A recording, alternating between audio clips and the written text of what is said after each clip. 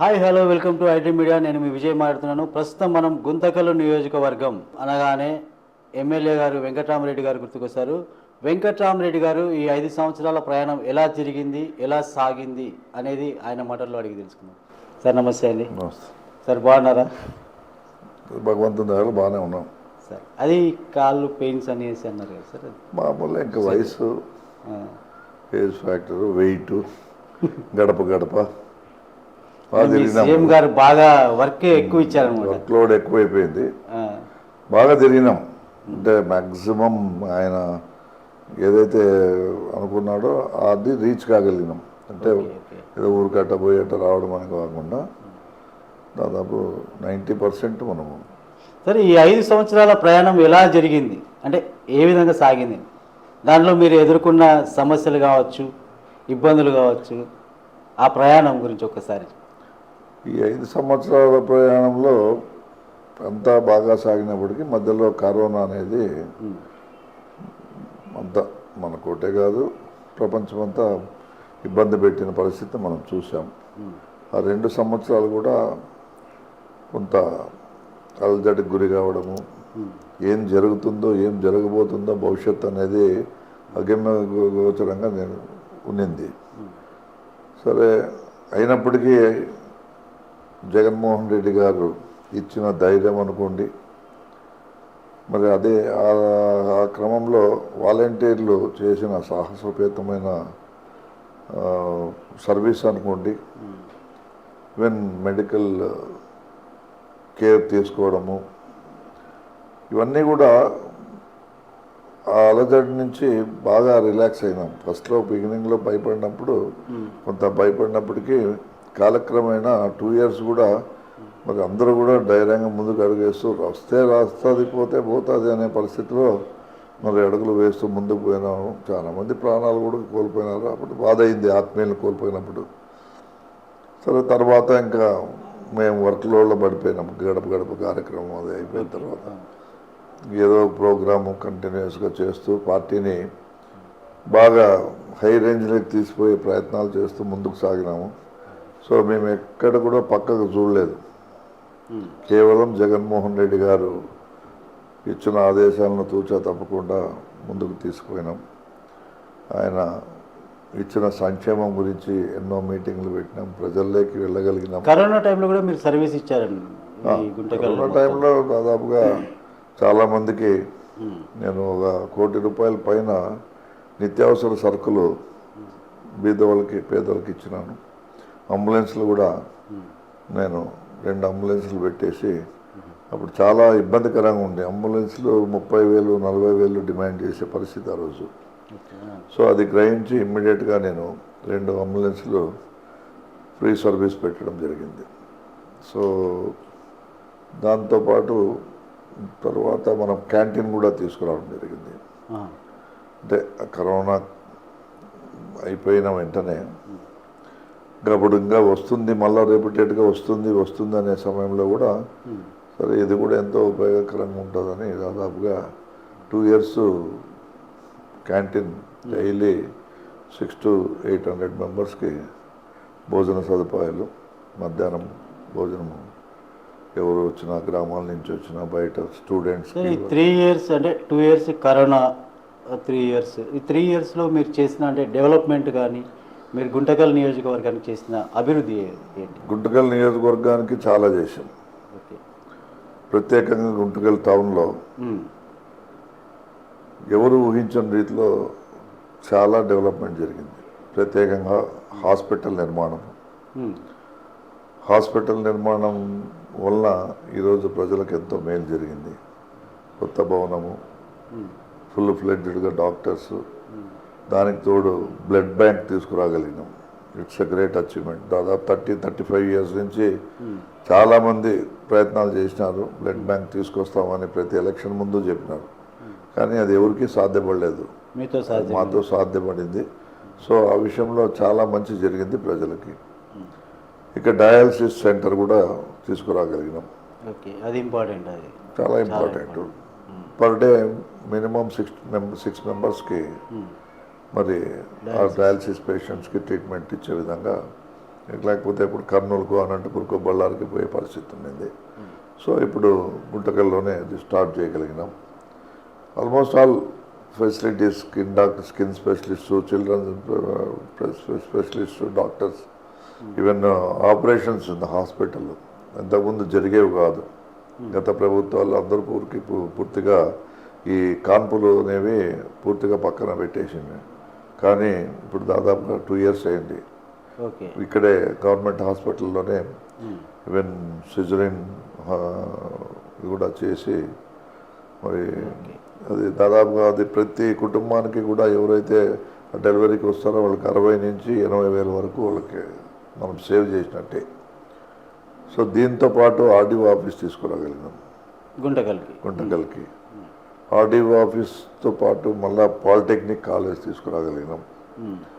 మరి పాలిటెక్నిక్ కాలేజ్తో పాటు మళ్ళా ట్రాఫిక్ ప్రాబ్లం ఉన్న ధర్మవరం గేట్లో అండర్ పాస్ బ్రిడ్జ్ సెంట్రల్లో బోర్డు లెవెల్ వరకు పోయి దాన్ని సాధించుకోగలిగినాం. సో దాని టెండర్స్ కూడా అయిపోయినాయి. టెండర్స్ కూడా కాల్ ఫర్ చేసినారు. టెండర్స్ అయిపోయినాయి. వర్క్ కూడా స్టార్ట్ చేస్తూ ఉన్నారు. సో కసాపురం బ్రిడ్జ్ కూడా అది సేమ్ ప్రాబ్లం. ఒకటే సింగిల్ వెంట్ ఉన్నింది. సో డబల్ వెంట్కి మేము ప్రయత్నం చేసినాం. అది కూడా శాంక్షన్ వచ్చింది. సో ఇంకా టెండర్ అయితే పిల్లలేదు. ఇవన్నీ మంచి developments, roads widening, lighting. So ఒకటి అంటే డోనముక్కల రోడ్ అని ఈ హౌసింగ్ కాలనీకి చాలా ఇంపార్టెంట్ రోడ్ అది. అసలు 1 కిలోమీటర్ ఉంటుంది. అంటే అటు సైడు వేరే కనెక్టివిటీ రోడ్స్ హైవేకి పోయేదానికి 1 కిలోమీటర్ కూడా 1 కిలోమీటర్ 2.5 కిలోమీటర్స్ ఉంటుంది. చాలా ఇబ్బంది. దాటేదానికే సుమారుగా 20-25 మినిట్స్ పట్టేది. అంత అధ్వానంగా ఉండింది.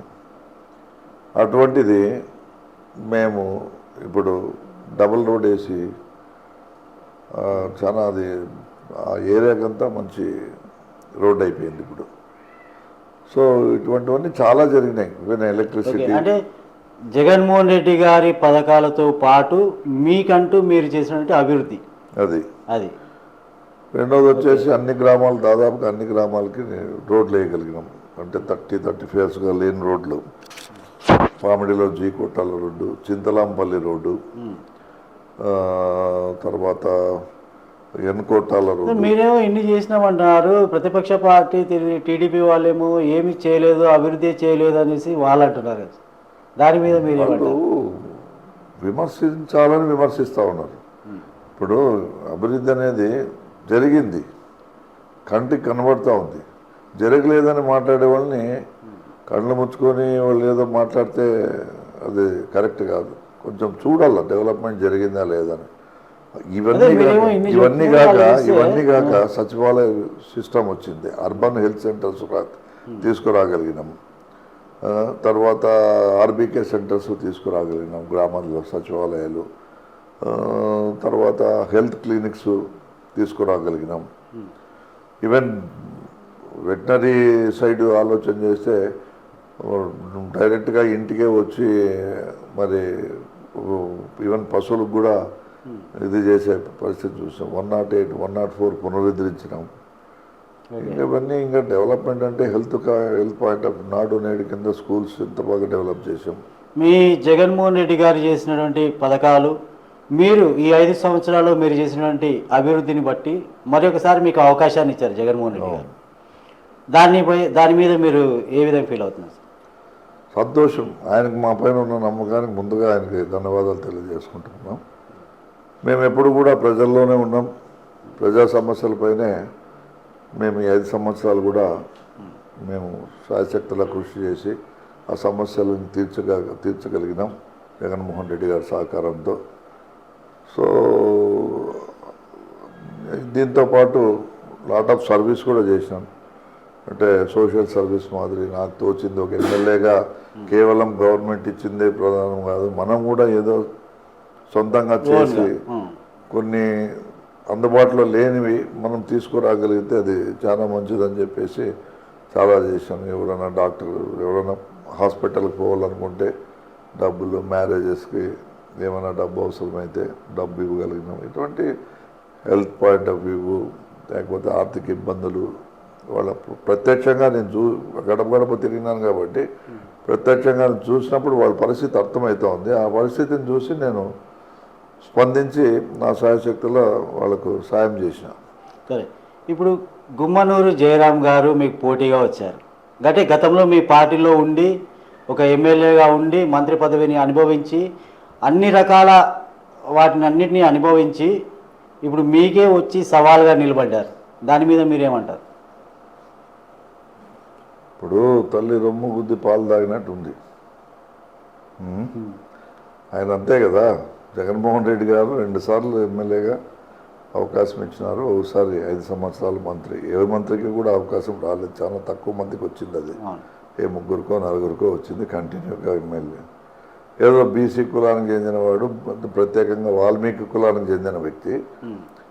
ఈయన ఏదో వాల్మీకుల్లో ఒక చైతన్యాన్ని తీసుకొస్తాడనే నమ్మకం విశ్వాసంతో మరి ఆయన్ను 5 సంవత్సరాలు కూడా కంటిన్యూ చేసి మరి మంత్రి పదవిలో కొనసాగించినాడు. అయినప్పటికీ కుక్కతోక వంకర అనే మాదిరి కేవలం డబ్బు, ధనార్జన, అక్రమార్జన, అక్రమ వ్యాపారాలు వీటితోనే ఆయన ఆ మంత్రి పదవిని వీటి కోసమే మంత్రి పదవిని వాడుకున్నాడు తప్ప ప్రజల కోసం కానీ కనీసం వాళ్ళ కులానికి సంబంధించిన వ్యక్తులకు కానీ ఎటువంటి సహాయము చేయలేదు. 5 సంవత్సరాలు కార్మిక మంత్రిగా పనిచేసినాడు. కార్మిక మంత్రిగా చాలా అవకాశం, ఎవరికి ఉద్యోగాలు ఇప్పలేదు. అవి ఏదైనా అరాకోరా ఇచ్చిందంటే 20 లక్షలు 30 లక్షలు తీసుకొని ఉద్యోగాలు ఇప్పించినాడు.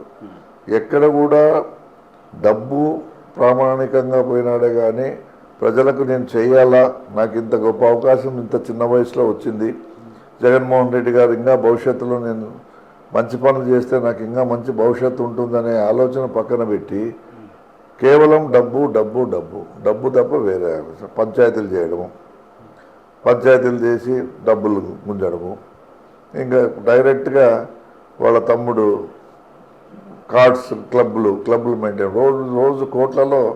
వాళ్ళ తమ్ముడు అంటే గుర్తుకొచ్చింది. ఇప్పుడు ప్రస్తుతం గుంటకల్ నియోజకవర్గము ఈ 5 సంవత్సరాలు ప్రశాంతంగా ఉంది. ఇప్పుడు ప్రజల్లో ఒక అలజడి అనేది, ఒక ఫీల్ అనేది ఏర్పడుతుంది అనమాట. అంటే ఎటువంటి గొడవలు జరగబోతున్నాయి ఇప్పుడు రానున్న ఎలక్షన్స్లో అని ప్రజలు ఆ భయాందోళనలో ఉన్నారు. మీరేమంటారు దానికి? మీరేమో చెప్తారు? ఇది న్యాచురల్. ఇప్పుడు ఆయన ఏమో అమెరికా నుంచి రాలే, పక్కన ఆలూరు కాన్స్టిట్యున్సీని వచ్చినారు. పక్క కాన్స్టిట్యున్సీ విషయం మనకు తెలుసుకోకుండా ఉండదు. అదిగాక బార్డర్, మాకు వాళ్ళకు బార్డరు. అక్కడ జరిగే విషయాలన్నీ రోజు గుంటకలకు వార్తలు వస్తూ ఉంటాయి. వీళ్ళు చేసిన అరాచకాలన్నీ ప్రతిరోజు ఇక్కడ చర్చ జరుగుతూనే ఉంటుంది. సో అప్పుడు పరోక్షంగా ఉన్నాడు కాబట్టి ప్రజలు పెద్దగా ఆలోచన చేయలేదు. మనకు సంబంధించిన జిల్లా కాదు, మనకు కావాల్సిన వ్యక్తి కాదని ఎవరు పట్టించుకోలేదు. కానీ ఉన్న పలంగా ఆయన టికెట్ తీసుకొని ఇక్కడికి వచ్చే లోపలే ప్రజలు న్యాచురల్గా ఫీల్ లేకపోతారు. అంటే ఆయనకి టికెట్ పిలిచి ఇచ్చారా లేకుంటే ఆయన కొన్నాడా? సరే, మనకందరికీ తెలుసు చంద్రబాబు నాయుడు టికెట్లు అమ్ముకునే స్థాయికి వచ్చినాడు అనేది ఈ ఎన్నికల్లో అర్థమైపోయింది. ఇది ఒకటే కాదు, ఇప్పుడు అనంతపూర్ తీసుకోండి, కళ్యాణదుర్గం తీసుకోండి, ఇంకా ధర్మవరం తీసుకోండి, ఇవన్నీ కూడా అమ్ముకున్నాడు అంతే. కేవలం డబ్బు కోసం అమ్ముకున్నాడు. మరి డబ్బే ప్రామాణికంగా పెట్టుకు ఆయనకు తెలుసు ఎటువంటి పరిస్థితుల్లో మన పార్టీ అధికారంలోకి రాదు, కూటమితో వచ్చినా సింగిల్గా వచ్చినా it is not possible to form a government అనేది క్లారిటీ ఉంది ఆయనకి. ఆ క్లారిటీ ఎప్పుడైతే ఆయనకు వచ్చిందో, సో ఎందుకు అనవసరంగా శ్రమ పడ్డము, వచ్చే ఆదాయాన్ని కూడా ఎందుకు పోగొట్టుకోవాలని నాకు తెలిసి వాళ్ళకు సంబంధించిన పార్టీకి సంబంధించిన వాళ్ళే దాదాపుగా 3,000 కోట్ల రూపాయలు కలెక్ట్ చేసినాడు ఈ విధంగా అని చెప్తా ఉన్నారు. సో మనకు ఎగ్జాంపుల్ ఇక్కడే తెలుస్తూ ఉంది. ఈయన కూడా 40 కోట్లు ఇచ్చినాను 50 కోట్లు ఇచ్చినానని చెప్తా ఉన్నాడు టికెట్ కోసం. సో ఈయన్ని అక్కడి నుంచి తీసుకుని వచ్చి ఇక్కడ పెట్టాల్సిన అవసరం అయితే లేదు. ఇక్కడ ఉన్నారు, సమర్థులైన నాయకులు ఉన్నారు, పార్టీ కోసం 40 ఏళ్ళు కష్టపడి పార్టీలో ఉండి పార్టీ కోసం పనిచేసిన వాళ్ళు ఉన్నారు. మాజీ ఎమ్మెల్యే జితేంద్ర గౌడ్ ఉన్నాడు, ఇంకా ఇతరులు చిన్న చోట మోటా నాయకులు కూడా ఉన్నారు, అంటే టికెట్స్ ఆశించిన వాళ్ళు. మరి వీళ్ళకి కాకుండా ఉన్న పొలంగా ఆయన తీసుకొని వచ్చి పెట్టా అంటే వీళ్ళ దగ్గర డబ్బు లేదు, ఆయన దగ్గర డబ్బు ఉంది, మళ్ళీ ఎదురిస్తూ ఉన్నాడు. ఆయన ఖర్చు ఆయన పెట్టుకుంటాడు, మళ్ళీ మాకు వచ్చేదంతా లాభమే కదా అని చెప్పేసి ఆయన డబ్బుకి పోయినాడు చంద్రబాబు. ఆ రకంగా ఈయన టికెట్ తీసుకురాగలిగినాడు. గుమ్మనూరు జయరాం బ్రదర్స్ మీ వైసీపీ కార్యకర్తలని కానీ ప్రతి ఒక్కరిని కానీ అప్ టు మీ అంటే కార్యకర్త దగ్గర నుంచి జగన్మోహన్ రెడ్డి వరకు సవాల్ విసురుతున్నారు. మా గుమ్మనూరు బ్రదర్స్ని ఎవరు టచ్ చేయలేరు అనేసి అంటున్నారు. మీ కార్యకర్తలు కొంచెం భయంతో ఉన్నారు, అంటే వాళ్ళ ఫీల్డ్ కొంచెం భయభ్రాంతులకు గురి చేస్తున్నారు. మీ కార్యకర్తలకు మీరు ఇచ్చేటువంటి భరోసా ఏంటి, అంటే వారికి ఎటువంటి ధైర్యాన్ని మీరు ఇవ్వాలంటున్నారు? ఇప్పుడు this is a democratic country. ఈ డెమోక్రసీలో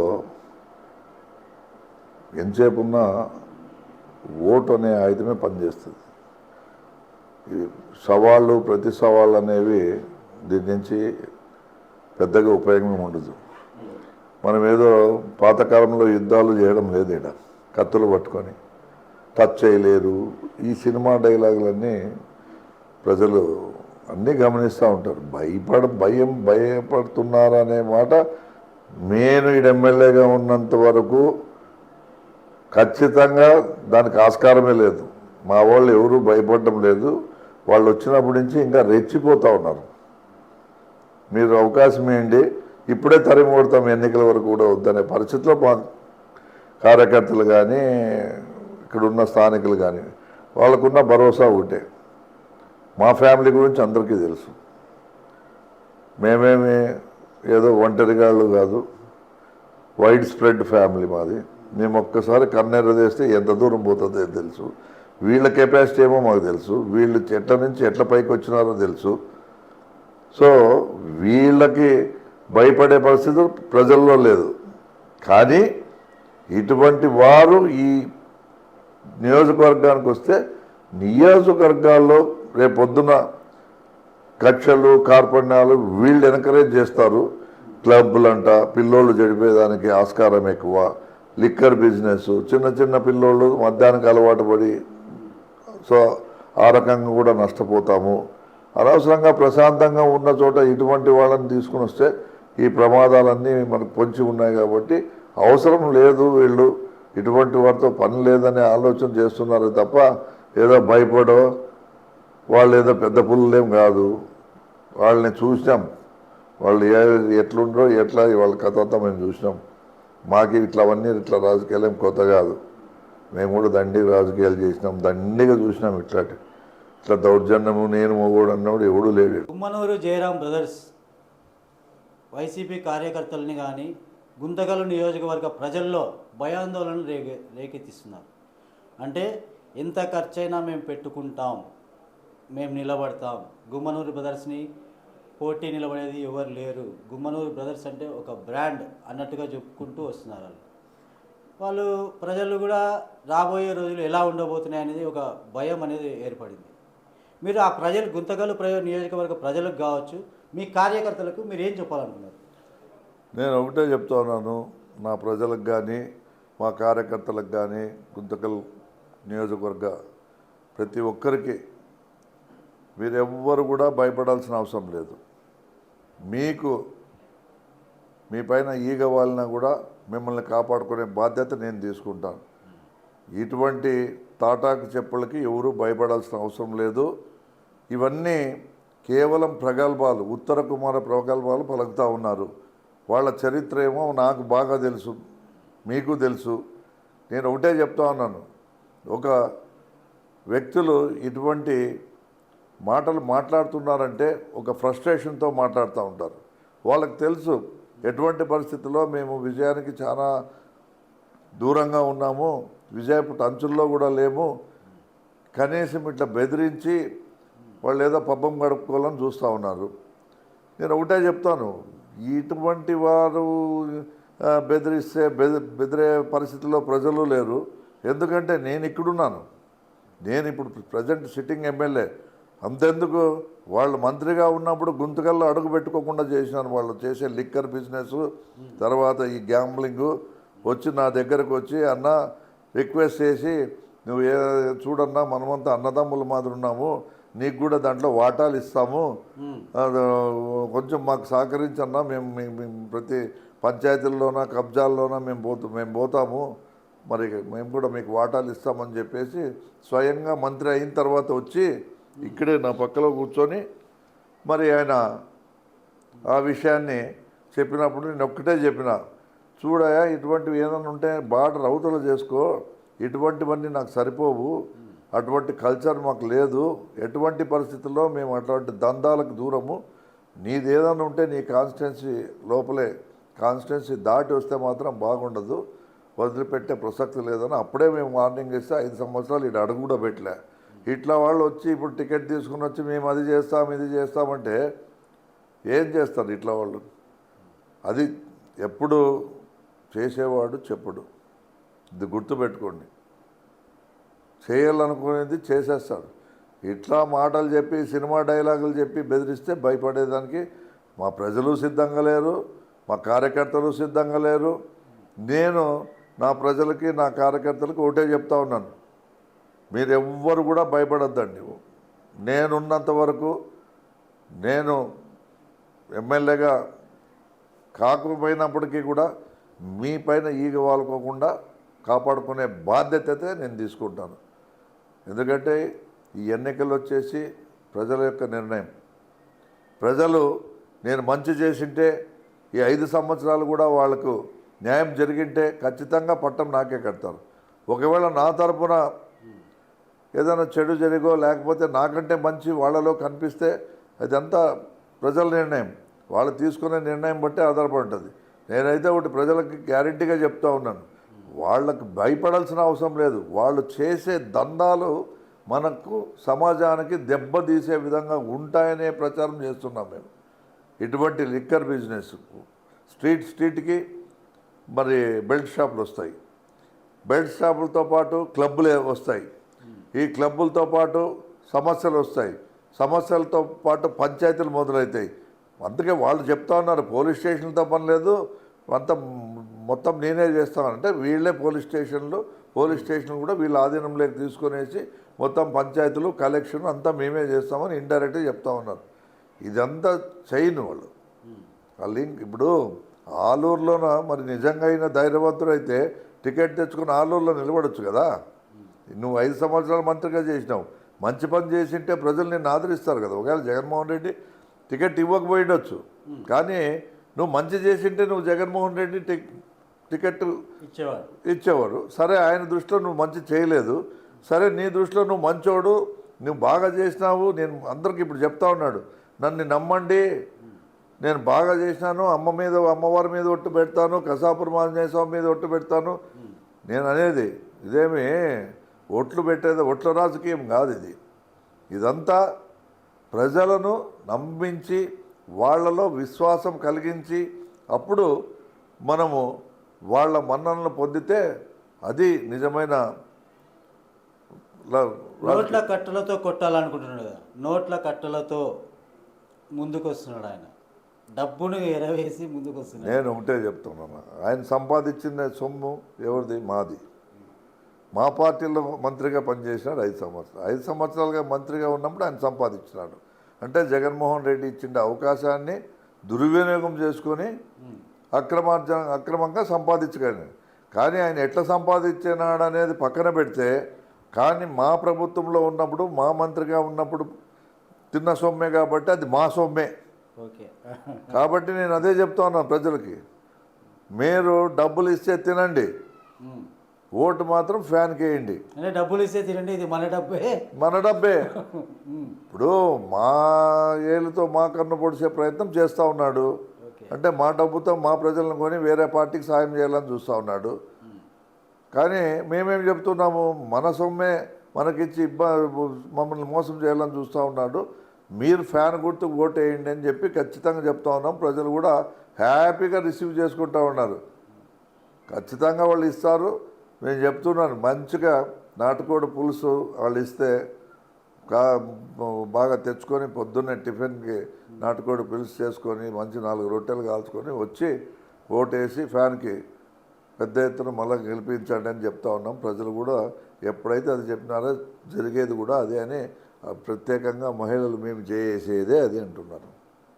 ఇది అంటే ఇప్పుడు చంద్రబాబు నాయుడు గారికి జగన్మోహన్ రెడ్డి గారికి వీరిద్దరి మధ్య వ్యత్యాసం ఏంటి, వీరిద్దరి డిఫరెన్స్ ఏంటంటే? చంద్రబాబు నాయుడుకి అంటే మాట ఇస్తే తప్పని నాయకుడు జగన్మోహన్ రెడ్డి.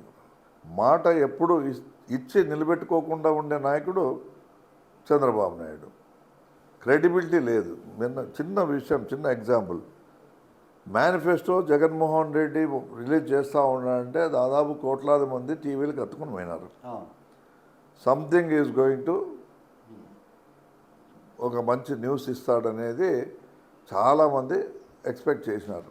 అంటే అది ఆయన పైన ఉన్న నమ్మకం. కానీ 30 తారీఖు నిన్న అనుకుంటా మొన్న రిలీజ్ చేసినాడు మేనిఫెస్టో చంద్రబాబు నాయుడు. దాని గురించి ఎవరన్నా టీవీల్లో, ఈవెన్ ఒక ఎమ్మెల్యేగా నేనే టీవీలో ఏమొచ్చిందో కూడా చూడలేదు ఇంతవరకు. ఆయన ఏమి ఇచ్చినాడో కూడా అంత నమ్మకం లేదు ఆయన పైన. ఆ క్రెడిబిలిటీ లేదు. ఎందుకు నమ్ముతారు? గతంలో అన్నీ చెప్పినాడు కదా. రుణమాఫీ చేస్తానన్నాడు, చేసినాడా? చేయలేదు. పొదుపు సంఘాలకి డబ్బులు మాఫీ చేస్తానన్నాడు, అది చేయలేదు. నిరుద్యోగ భృతి ఇస్తానన్నాడు, అది చేయలేదు. ఇంకా బంగారు కుదుపెట్టిన బంగారు ఇంటికి వస్తుందని ఏది ఇచ్చినది ఒక్క మాట అంటే ఒక మాట. అదే జగన్మోహన్ రెడ్డి ఇచ్చిన ప్రతి మాట నిలబెట్టుకున్నాడు. దాదాపుగా 98% ఆయన చెప్పినవన్నీ చేసినాడు. ఆ క్రెడిబిలిటీ ఉంది. ఖచ్చితంగా జగన్మోహన్ రెడ్డి గారి పైన నమ్మకం ఉంది, చంద్రబాబు నాయుడు పైన నమ్మకం లేదు. ఆ విశ్వాసం అనేది ఆయన ఎప్పుడో కోల్పోయినాడు. కాబట్టి ఆయన నమ్మే పరిస్థితిలో లేరు. జగన్మోహన్ రెడ్డి ఖచ్చితంగా ఒక నమ్మకమైన నాయకుడు అనేది ప్రజలు విశ్వసిస్తూ ఉన్నారు. అంటే ఇప్పుడు ఈ కూటమి ప్రభావం ఎలా ఉండబోతుంది గుంటకల్ నియోజకవర్గం? అంటే బీజేపీ, జనసేన, టీడీపీ.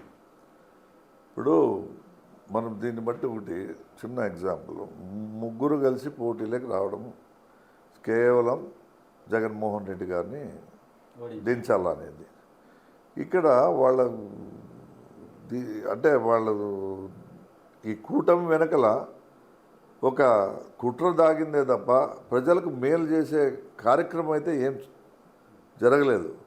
వాళ్ళు ఫలానా చేస్తున్నాము, ఫలానా చేయబోతున్నామని గట్టిగా చెప్పలేకపోతూ ఉన్నారు. నిన్న ఇచ్చిన మేనిఫెస్టోలో మరి మోడీ గారి ఫోటో వేయలేదు. వాళ్ళు వద్దన్నారు డైరెక్ట్గా. చంద్రబాబు నాయుడు పైన మోడీకే నమ్మకం లేదు. ఈ రేట్లో మళ్ళీ సున్నా చుట్టాడు ఈయన. సో వద్దనుకున్నాడు. మీరు ఇటువంటివన్నీ ఏదైనా ఉంటే మీ మేనిఫెస్టో మీరు తీసుకోండి, మేనిఫెస్టోతో మాకు సంబంధం లేదని డైరెక్ట్గా చెప్పడంతో ఆయన ఫోటో లేకుండా మేనిఫెస్టో. ఇక్కడే అర్థమవుతూ ఉంది వాళ్ళపైన ఒకరికున్న నమ్మకం, విశ్వాసం. ఇంకా ప్యాకేజ్ బాబు అంటే మనం ఆయన గురించి పెద్దగా చెప్పాల్సిన అవసరం లేదు. ఆయన దత్తపుత్రుడు అనే దానికి నిదర్శనం మనం ఎప్పుడో వింటూ ఉంటాం. దత్తపుత్రుడు అంటే ఏదో అప్పుడు పాతకాలంలో ఏదో ఆస్తుల కోసం, ఏదో ఆస్తులు పిల్లలు లేకపోతే ఉన్న తీసుకుని వచ్చి దత్తత తీసుకుంటా ఉంటే, ఈ కాలంలో మరి ఆయన అదృష్టవంతుడో దురదృష్టవంతుడో మనకు తెలియదు. కానీ ఆ చంద్రబాబు నాయుడు ఈయన్ని దత్తపుత్రుడిగా కొడుకు వేస్ట్. ఆయనకి ఇంకా తెలిసిపోయింది దీనికి ఏంది లేదు, చరిస్మా లేదు, ఇంకా రాబోయే రాజకీయ లక్షణాలు లేవంట. రాజకీయ లక్షణాలు పూర్తిగా లేవు కాబట్టి అడిషనల్గా యాడ్ చేస్తామని పట్టుకుని వచ్చినాడు. ఆయన కూడా ఎట్ట తయారైనాడు? ఒక జెండా లేదు, ఎజెండా లేదు. అనవసరంగా మాటలు తప్ప చేసింది ఏం లేదు. జగన్మోహన్ రెడ్డి గారిని తిట్టడం తప్ప ఏం లేదు. మొన్న అంత పెద్ద ఇన్సిడెంట్ జరిగితే, జగన్మోహన్ రెడ్డి గారి పైన రాళ్లదాడి జరిగితే దాన్ని కూడా ఏమో ఆయనే తీసుకుని ఇట్లా కొట్టుకున్నాడు అనే రకంగా మాట్లాడితే, ఇప్పుడు ప్రజలకు టీవీలు ఉన్నాయి, అన్నీ చూస్తూ ఉన్నారు, ఎక్కడి నుంచి రాళ్ళు వస్తూ ఉన్నాయి, అది కొట్టుకునే పరిస్థితిలో ఉందా, తగిలిన పరిస్థితిలో ఉందా అనే జ్ఞానం లేకోకుండా మాట్లాడుతూ ఉన్నాడంటే ఇది ప్రజలు ఎవరైనా నమ్ముతారా? గతంలో అయితే ఏదన్నా మనకి టీవీలు లేవు, ఛానల్స్ లేవు, గుర్తుపట్టే అవకాశం లేదు, ఏమో లేపో కొట్టుకున్నాడేమో అనే పరిస్థితి ఉంటుంది. ఇప్పుడు అన్నీ రికార్డెడ్గా మనము బట్టబయలు అవుతూ ఉన్నాయి. సో ఈ రకంగా మాట్లాడితే ప్రజల్లో ఏమైపోతుంది? ఇప్పుడు పవన్ కళ్యాణ్ గారికి చంద్రబాబు నాయుడు అంటే ముద్దు, ఎందుకంటే ప్యాకేజ్ ఉందని. వైఎస్ జగన్ గారి మీద ఎందుకు అంత కక్ష? ఆయనకి ఎప్పుడు చూసినా జగన్మోహన్ రెడ్డిని తొక్కుతా, మీ వైసీపీ నాయకులందరినీ బట్టలు ఇప్పి కూర్చోబెడతా, ఇవే ఉంటాయి. కానీ ఎప్పుడు అభివృద్ధి కానీ ఇలా చేయాలని కానీ ఎప్పుడు అన్నాడు? దాని మీద చెప్తా కదా, ఆయనకి ఎజెండానే లేదు. ఆయన ఎజెండా చంద్రబాబు నాయుడుని ముఖ్యమంత్రి చేయాల. ముఖ్యమంత్రి చేస్తే ఇంకా ప్యాకేజీలు బాగా వస్తాయి. అంత తప్ప వేరే ఆలోచనే లేదు. ఆ మాత్రం మాట్లాడకపోతే ఆయన ప్యాకేజీ వెయిట్ పెంచడు. సో ఆయన పెట్టుకున్నదే ఇటువంటి మాటలు మాట్లాడించి అది వీళ్ళతో కలడం వల్ల చంద్రబాబు నాయుడుకి శాపమైంది. ఖచ్చితంగా ఇదైతే నేను చెప్తా ఉన్నాను. అది ప్లస్ అవుతుంది అనుకుంటే ఆయన చేస్తున్న వెకిలి చేష్టలు చూసి ప్రజలు అసహించుకుంటా ఉన్నారు. ఏంది ప్రతిరోజు ఒక రోజు అయితే బాగుంటుంది, మాట్లాడే సందర్భంలో మాట్లాడితే బాగుంటుంది. ప్రతి చోట కూడా నిన్ను తొక్కుతా, నేను అధపాతాళానికి తొక్కుతా, లేకపోతే మీ అంతు చూస్తా, మీ బట్టలు కొడతా, ఏంది సినిమా డైలాగులు అంతా ఇక్కడ కొడితే సినిమాలో నువ్వు కొట్టు, ఎన్ని డైలాగులు కొడితే చూస్తాం. మేము కూడా సినిమాలు చూస్తామంటే అది సినిమా కాబట్టి చూస్తాం. నిజ జీవితంలో ఇవన్నీ జరుగుతాయా? ఎర్ర బుక్లో వెంకటరామరెడ్డి గారి పేరుందా? మాది ఏ బుక్లో ఉండదు. ఎందుకంటే ఎటువంటి పరిస్థితుల్లో మేము ఏ బుక్కి ఎక్కే పనులు చేయలేదు. నేను ఒకటే చెప్తాను, మొన్న కూడా చంద్రబాబు నాయుడు వచ్చినాడు, మా కుటుంబాన్ని విమర్శించినాడు. ఏం చెప్పాలో తెలియదు, అంత అబద్ధాలే చెప్పినాడు. అక్రమంగా దోచుకున్నారు, అది ఇది అని ఏదేదో చెప్పినాడు. ఏందుంది దోచుకునేకీడ? దోచుకుంటే ఈరోజు ప్రజలు నన్ను ఈ రకంగా ఈ స్టేజ్లో కూర్చోపెడతారా? మళ్ళా జగన్మోహన్ రెడ్డి మూడోసారి టికెట్ ఇస్తాడా? 3 సార్లు కంటిన్యూస్గా ఇచ్చినాడంటే నేను మంచి పనులు చేసినాను కాబట్టి, ప్రజలకు అందరికీ కూడా నేను అందుబాటులో ఉన్నాను కాబట్టి నన్ను నమ్మి ఇచ్చినాడు. రెడ్ బుక్ ఎక్కే పరిస్థితి ఈడ లేదు. చెప్పాలని చెప్తా ఉన్నారు. మా కుటుంబం గురించి ఎవరిని అడిగినా చెప్తారు. మేము ప్రజల్లో ఉన్నాము కాబట్టి ఒక తమ్ముడు 3 సార్లు, ఇప్పుడు 4వసారి పోటీలో ఉన్నారు. 3 సార్లు గెలిచినారు. నేను ఇప్పుడు 2వసారి పోటీలో ఉన్నాను. మా బ్రదరు శివరామరెడ్డి గారు ఎమ్మెల్యేగా ఉన్నారు. సో మా ఫాదరు ఎమ్మెల్యేగా ఉన్నారు. ఇన్ని కాన్స్టిట్యున్సీలో 2 జిల్లాల్లో మేము ఈవెన్ ఉరవకొండ కూడా మేము చెప్తా ఉన్నాము. ఉరవకొండ కూడా మా రాజకీయ ప్రాబల్యం ఉంది. ఉరవకొండ ఏరియాలో ప్రజెంట్ ఎమ్మెల్సీగా కూడా ఉన్నాడు ఆయన. ఇవన్నీ ఊరికే రావు పదవులు. ప్రజలు విశ్వసిస్తేనే, ప్రజల్లో ఒక నమ్మకం అనేది ఉంటే, ప్రజలకు మంచి చేసింటేనే మనకి అవకాశాలు ఇస్తారు తప్ప అనవసరంగా ఏదో ఊరికే మేమంతా అరాచకాలు చేసి మాకు ఓట్లు వేయండి ఒకసారి వేస్తారు, 2వసారికి పంపిస్తారు. మొన్న చేసిందంతా చంద్రబాబు నాయుడు అదే ఆరోపణ లేదు, అంటే వీళ్ళు కబ్జాలు ఎక్కువ చేశారు, వీళ్ళు అన్నీ దోచుకున్నారు అనేసి అంటున్నారు ఆయన. ఇప్పుడు మాటలు దండిగా మాట్లాడతాం, ప్రూవ్ చేయాలి కదా. నేను అప్పుడే చెప్పిన, మీరు ప్రూవ్ చేయండి, నేను రాజకీయ సన్యాసం పుచ్చుకుంటానని. ఎక్కడ ప్రూవ్ చేసేది లేదు. ఊరికే గుడ్డిగా ఎవడో స్క్రిప్ట్ రాసిస్తే ఆ స్క్రిప్ట్ని చదివి మీరు అనవసరంగా ఆరోపణలు చేస్తే ఎవరు జనాలు ఇక్కడ తెలిసిపోతుంది. స్థానికంగా ఉన్న ప్రజలకు అర్థమవుతుంది మేము ఎటువంటి వాళ్ళని. ఎవరన్నా అటువంటి కబ్జాలకు పాల్పడుతూ ఉంటే, ఇప్పుడు ఇంతకుముందు చెప్పినా కదా, ఆయన వచ్చి అక్కడి నుంచి వచ్చి ఇటు కబ్జాలు చేస్తామంటే మేము వద్దన్నాం. ఆ రోజు నేను నిజంగా వాళ్ళతో చేతులు కలిపింటే నేను కూడా ఈ పొద్దు 100 కోట్లు సంపాదిస్తుంటేమో. ఆ బిజినెస్లో అంతా నాకు కూడా భాగస్వాముగా ఉంటుండే కదా. అదే ఆటోమేటిక్గా మా షేర్ మాకు వస్తుండే కదా. ఇంకా వాళ్ళ కాన్స్టిట్యున్సీ కంటే ఇక్కడ అవకాశాలు ఎక్కువ. ఈ ల్యాండ్ వాల్యూస్ బాగా ఎక్కువ ఉన్నాయి కాన్స్టిట్యున్సీలో. ఇంకా అంతా ప్రాకిపోతూ ఉంటాం, ఏమైనా చేస్తూ ఉంటాం, దండిగా తెచ్చిస్తూ ఉంటాం, మా షేర్ మాకు తెచ్చిస్తూ ఉంటాయి. మేము కూడా అక్రమంగా సంపాదించవచ్చు కదా. కానీ మేము అటువంటి ఆలోచనలో లేము కాబట్టి ఈరోజు ఇంకా మాకు మొత్తానికి ఎర్ర బుక్లో పేరు లేదంటారు. ఉందో లేదో, ఆయన ఎర్ర బుక్లో కాకపోతే ఇంకొక బుక్లో పెట్టుకుని మాకు వచ్చే నష్టం ఏమీ లేదు. మేము ఎవ్వరికీ భయపడేది లేదు. మా నాయకుడు జగన్మోహన్ రెడ్డి గారు ఉన్నంత వరకు మేము ఆయన వెంట నడుస్తాం. మేము రాజశేఖర రెడ్డి గారి ఫ్యామిలీ కుటుంబం అంటే మాకు విచిత్రమైన అభిమానం. నేనేమో ఒక రెడ్డిగా మాట్లాడడం లేదు. రాజశేఖర రెడ్డి ఆయన మంచితనం చూసి, ఆయన పరిపాలనా విధానం చూసి ముందు ఆయనకి మేము ఫ్యాన్స్ అయినాము. ఆయన వ్యక్తిగతంగా మాకు చాలా ఆత్మీయుడిగా ఉండేవాడు. ఆ రకంగా ఆయన అకాల మరణం వల్ల ఆ కుటుంబానికి మళ్ళా జగన్మోహన్ రెడ్డి ఒక దీపంలో వచ్చినాడు. సో ఆ కుటుంబంతోనే మేము ప్రయాణం చేయాలని చెప్పి అప్పుడు కిరణ్ కుమార్ రెడ్డి మంత్రిగా ఉన్నప్పుడు కోట్ల రూపాయల ఆఫర్ ఇస్తే కూడా మేము పోలే. మా బ్రదర్ అప్పుడు ఎమ్మెల్యేగా ఉన్నాడు, మంత్రాలయం ఎమ్మెల్యే. మీకు ఏం కావాలంటే ఇస్తాము, మినిస్టర్ కావాలంటే ఇస్తాము రాండి అంటే కూడా పోలే.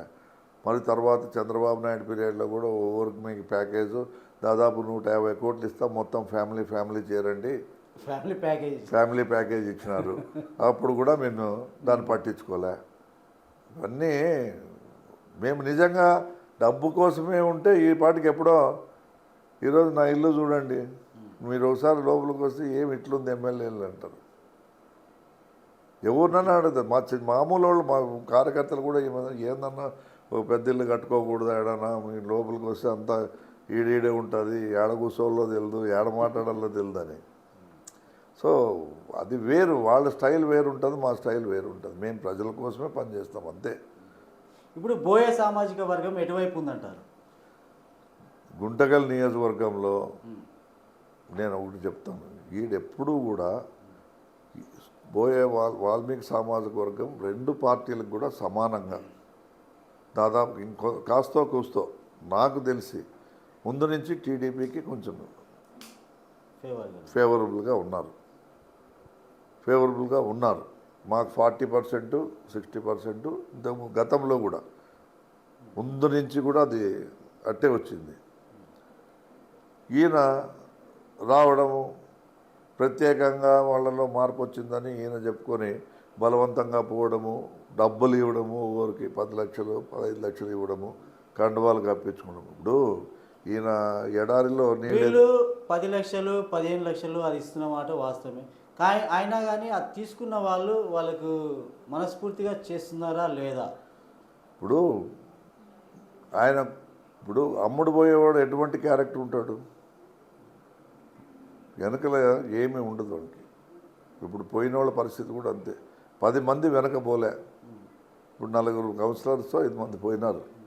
ఆ పోయిన వాళ్ళు ఎంతమందిని వీళ్ళు తీసుకోపోగలిగినారని ఒక్కసారి బేరీ చేసుకుంటే ఆయన చేసిండేది మంచి పని చేసినాడు. మా చెత్త అంతా తీసుకుని ఆయన కుప్పలో పెట్టుకున్నాడు, కుప్పట్లో. మాకేమి ఇబ్బంది కూడా లేదు. వాళ్ళు పోయిన తర్వాత ఇంకా ఆ వార్డులో మాకు విచిత్రమైన మూమెంట్ వచ్చింది. అంతా వీళ్ళు ఉన్నంత వరకు అణగదొక్కిన ఈ క్యాడర్ అంతా ఇప్పుడు లేచి బ్రహ్మాండంగా పనిచేస్తూ ఉన్నారు. అందుకు నిదర్శనము మొన్న జరిగిన నామినేషన్ కార్యక్రమమే. ఎక్కడైతే వాళ్ళు మా బెల్ట్ అని చెప్పుకుంటున్నారో ఆ బెల్ట్లోనే దాదాపుగా వేలాది మంది తరలి వచ్చినారు. మా బోయ సామాజిక వర్గం అని చెప్పుకుంటున్నవి ఈయన ఈరోజు ఆయన మంత్రిగా ఉన్నప్పుడు కనీసం ఒకరికి ఏమన్నా ఉద్యోగం ఇప్పించినాడా? కనీసం ఎప్పుడన్నా గుంతకల్ కార్మిక మంత్రిగా పనిచేసినాడు. ఆ మిల్లు ఓపెన్ చేయించేదా ప్రయత్నం చేయొచ్చు కదా, అది చేయకపోతే. నువ్వు మంత్రిగా 5 సంవత్సరాలు కొనసాగినావు.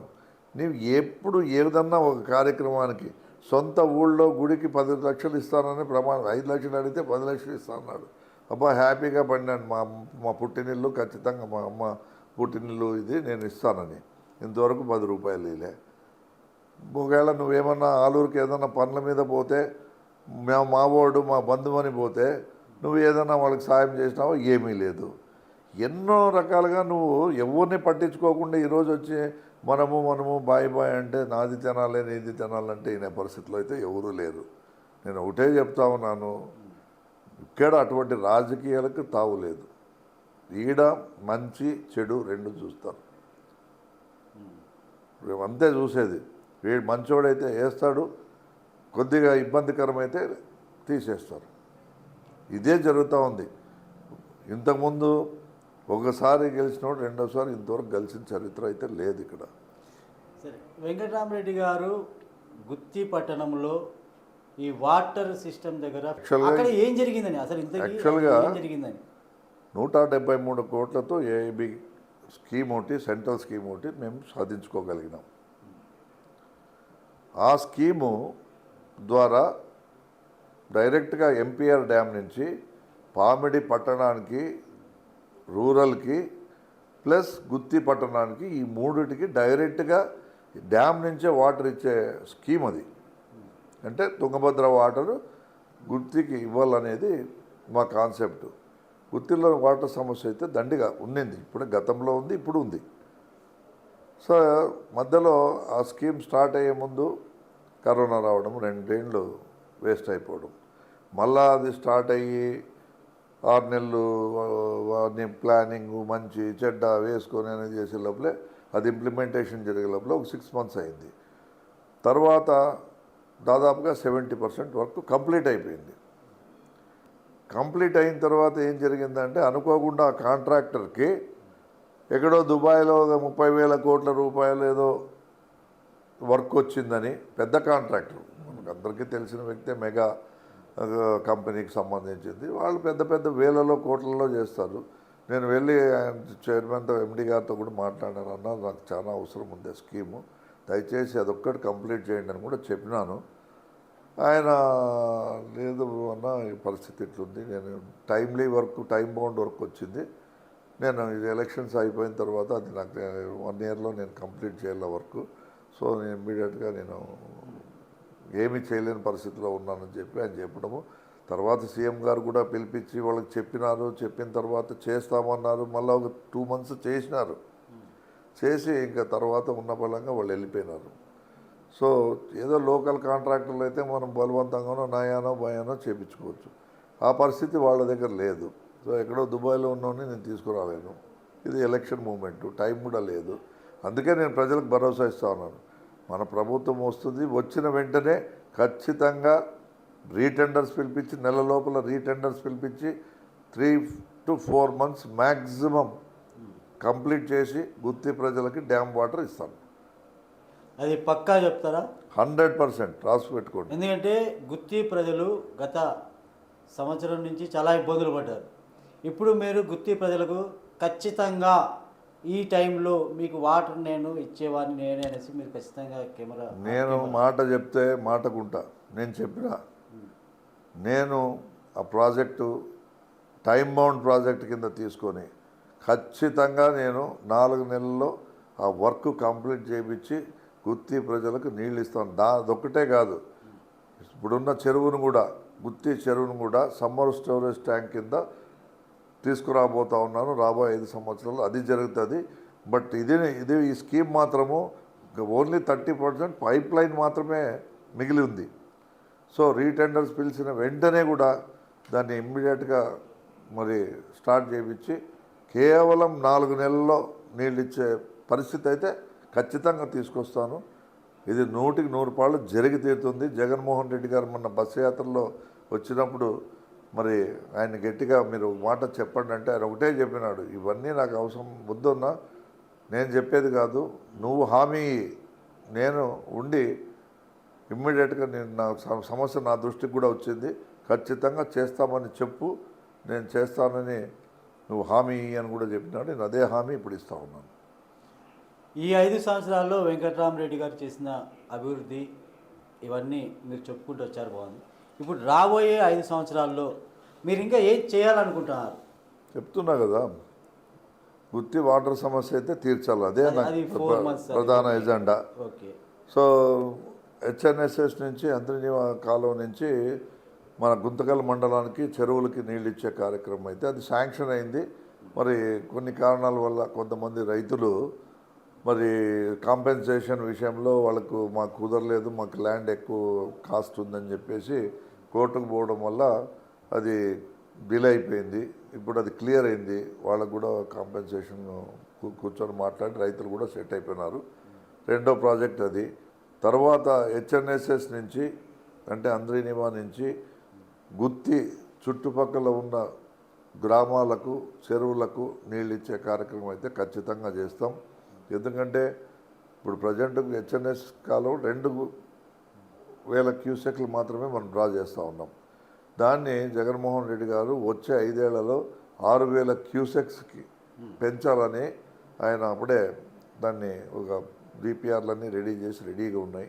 వర్క్ మొదలవుతుంది. అది వచ్చిన వెంటనే చుట్టుపక్కల గ్రామాలన్నిటికి కూడా నీళ్లు అంటే తాగునీరు, సాగునీరు, ఎందుకంటే ఆ కెనాల్ మా కాన్స్టిట్యున్సీలోనే మ్యాక్సిమం పోతుంది. స్టార్టింగ్లోనే మేము ఉన్నాం కాబట్టి మాకు అడ్వాంటేజ్ ఉంది. దాని ద్వారా మరి కాన్స్టిట్యున్సీ మొత్తము నీటి పారుదల ఇచ్చే అవకాశాలు అయితే ఖచ్చితంగా ఆ ప్రయత్నం అయితే చేస్తాము. ఇంకా పామిడిలో ఒక టెక్స్టైల్ పార్క్ మిగిలి ఉంది మేము చెప్పిండే దాంట్లో. పామిడిని కూడా అంటే మున్సిపాలిటీ నుంచి పంచాయతీ తీసుకురాగలిగినాం. ఆ పంచాయతీ వల్ల రూపాయి అంటే ₹100 ఉన్న ట్యాక్స్ ఈరోజు కేవలం ₹25 మాత్రమే అయ్యింది. ఎంతో మంచి జరిగింది. అక్కడ మ్యాక్సిమం రోడ్లు డ్రైన్స్ అన్నీ డెవలప్ చేసాం. పంచాయతీకి అన్ని విధాల రేపు రాబోయే దినాల్లో కంప్లీట్ డెవలప్మెంట్ చేస్తాం. టెక్స్టైల్ పార్క్ మాత్రము అక్కడ ఎందుకంటే కుట్టు మిషన్తో అంటే అంటే దాన్ని ఏమంటారు ఆ, చిన్న నైటీస్ ఎక్కువ అక్కడ ఎక్కువ మనమంతా సప్లై బట్టలకంతా బట్టలు famous ఫేమస్ కాబట్టి. పామిడి కాబట్టి వాళ్ళందరికీ కూడా మార్కెటింగ్ ప్రాబ్లం లేకుండా టెక్స్టైల్ పార్క్ తీసుకొని వచ్చి ఇక్కడే మార్కెటింగ్ చేసి వాళ్ళ సరుకును ఎక్కడో దూర ప్రాంతాలకు పోయి అమ్ముకోకుండా ఇక్కడి నుంచే మార్కెటింగ్ సెంటర్ అనేది టెక్స్టైల్ పార్క్ ద్వారా చేసే ఖచ్చితంగా చేస్తాం. 100% దాంట్లో అనుమానమే లేదు. ఖచ్చితంగా అది జరిగి తీరుతుంది. ఇంకా మెయిన్ ఏజెండా అయితే ఇదే, గుత్తి కోటకు ఖచ్చితంగా వచ్చే 5 సంవత్సరాల్లో టూరిస్ట్ సెంటర్గా మార్చి తీరుతామనేది 100%. ఇది పక్క రోప్వేతో పాటు డెవలప్మెంట్ కూడా గుత్తి కోట ఖచ్చితంగా టూరిజం కింద తీసుకుని పోయి దాన్ని టూరిస్ట్ సెంటర్గా చేసే వరకు మేము నిద్రపోము. ఇదైతే వాస్తవం. అంటే వెంకట్రామరెడ్డి గారు రాబోయే 5 సంవత్సరాల్లో టెక్స్టైల్ పార్క్ పామిడి ఒకటి, గుత్తి చెరువులకు ఆ చుట్టుపక్కల పల్లెలకు కూడా చెరువులకు నీరు, మరి గుత్తి ప్రజలకు నీరు, గుత్తి కోట, ఇంకా ఏమైనా ఫైనల్గా మా మిల్ ఉంది. దాన్ని ఈసారే చేయాలని చూసినాము. కానీ ఇప్పుడున్న కాంపిటీషన్లో చిన్న చిన్న కుటీర పరిశ్రమలు తీసుకొని వస్తే తట్టుకుంటాయా లేదా, ఎందుకంటే ఇప్పుడు కార్పొరేట్ లెవెల్లో ఇవి వస్తూ ఉన్నాయి. రేపు మాకు 1000 crores ఒక గ్రిడ్ శాంక్షన్ చేయించుకున్నాం, సోలార్ గ్రిడ్.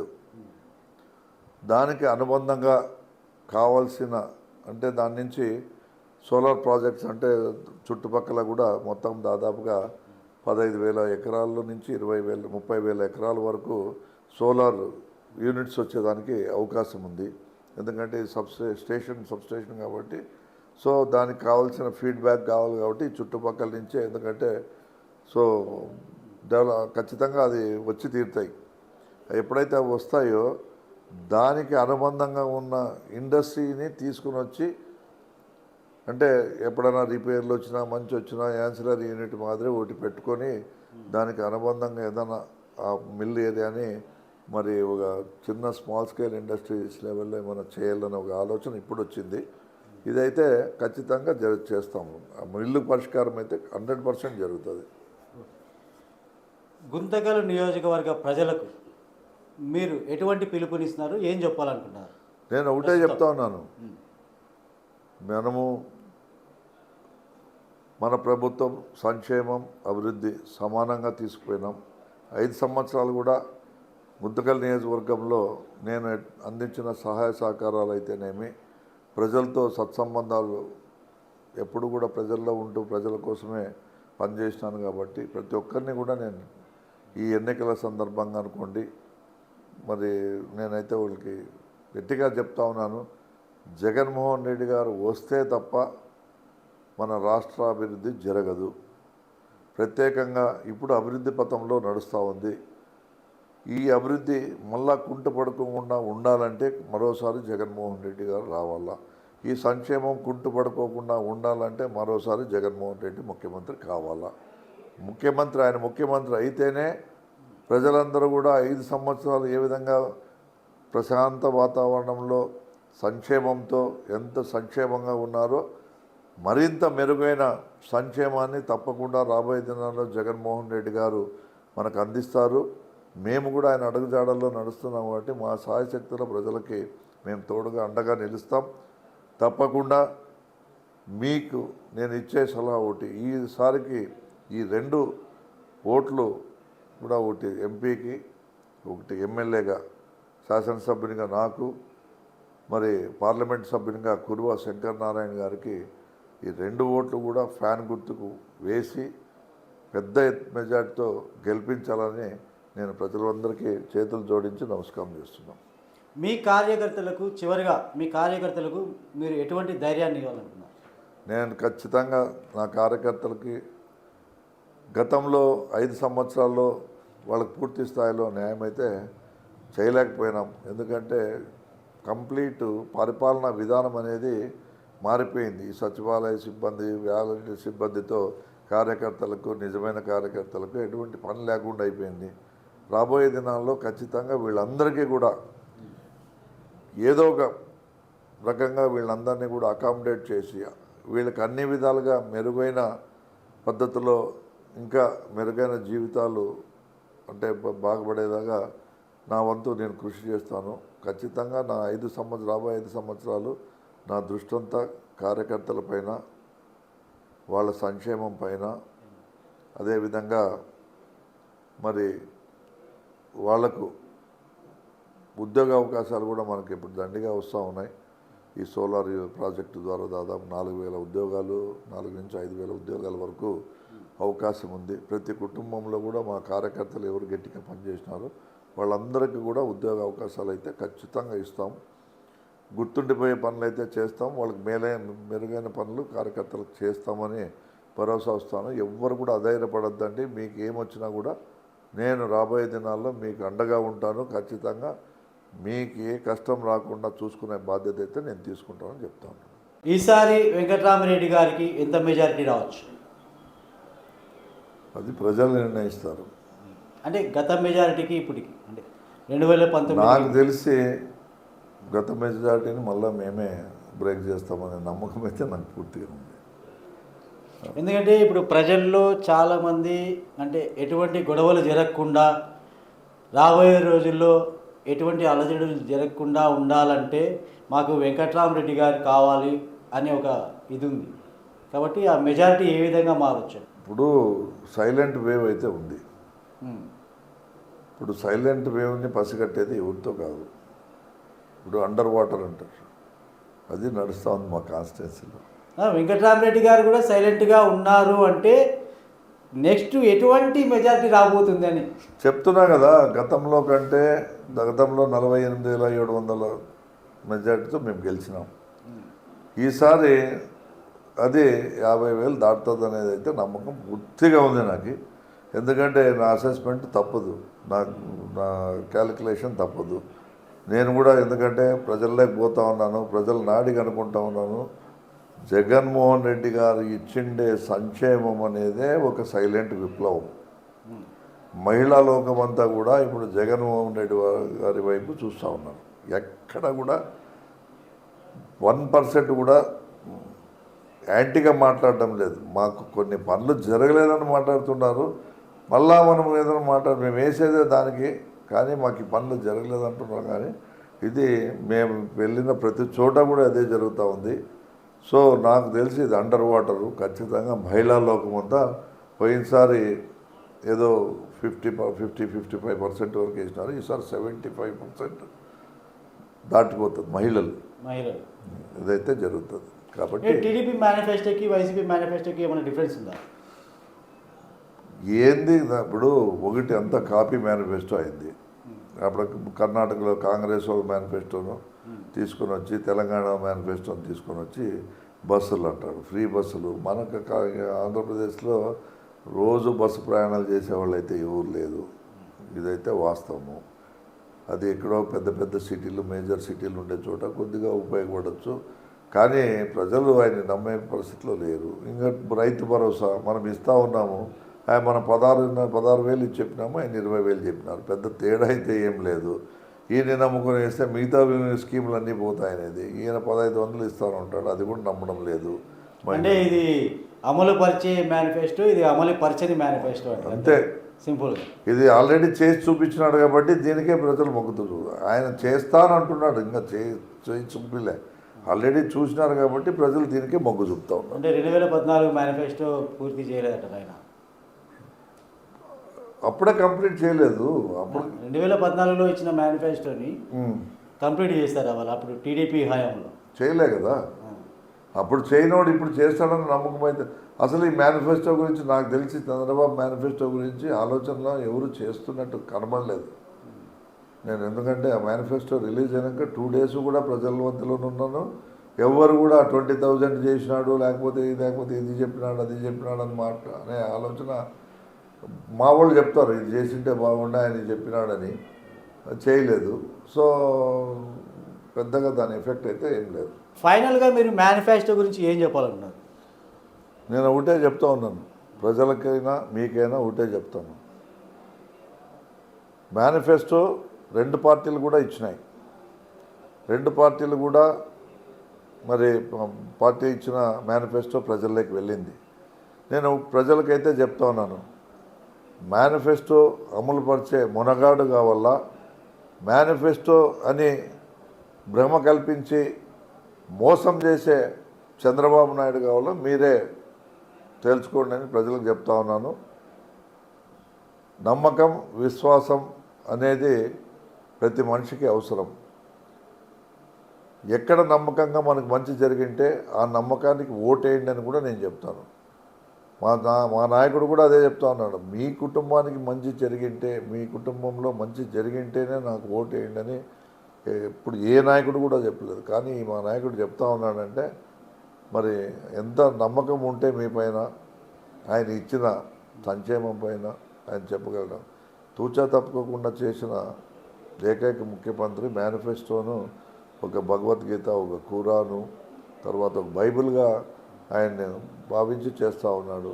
ఈయనంతా దాన్ని పూర్తిగా మోసపూరితమైన అంటే కుట్రలు పెట్టుకొని దానికి శాంక్టిటీ లేదు, ఆయన మాటల్లో నిజం లేదు, కేవలం ఓట్లు దండుకోవడం కోసమే ఈ మేనిఫెస్టోని రిలీజ్ చేసినట్టయితే కనబడుతూ ఉంది.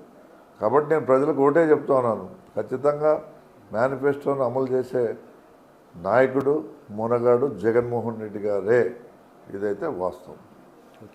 థ్యాంక్ యూ అండి Venkataramareddy, best of luck. Okay sir, thank you.